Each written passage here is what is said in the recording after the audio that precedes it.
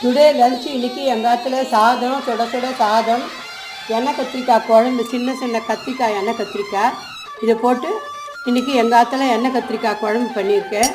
உருளைக்கிழங்கு கரமுது, மோர். நீ மோராக தான் நாங்கள் சாப்பிட்றது, தயிராக சாப்பிட்றதில்ல, அதனால் சிலிப்பி நல்லா வச்சுட்டேன். நான் நெய் சாப்பிட்றதுக்கு இதுதான் இன்றைக்கி எங்கள் ஆற்று லஞ்சு. நல்லாயிருக்கும். எண்ணெய் கத்திரிக்காய் குழம்பு வீடியோவில் பாருங்கள், சூப்பராக இருக்கும். சப்ஸ்கிரைப் பண்ணுங்கள். சப்ஸ்கிரைப் பண்ணாதவெல்லாம் சப்ஸ்கிரைப் பண்ணி பாருங்கள். தேங்க்யூ, பாய்.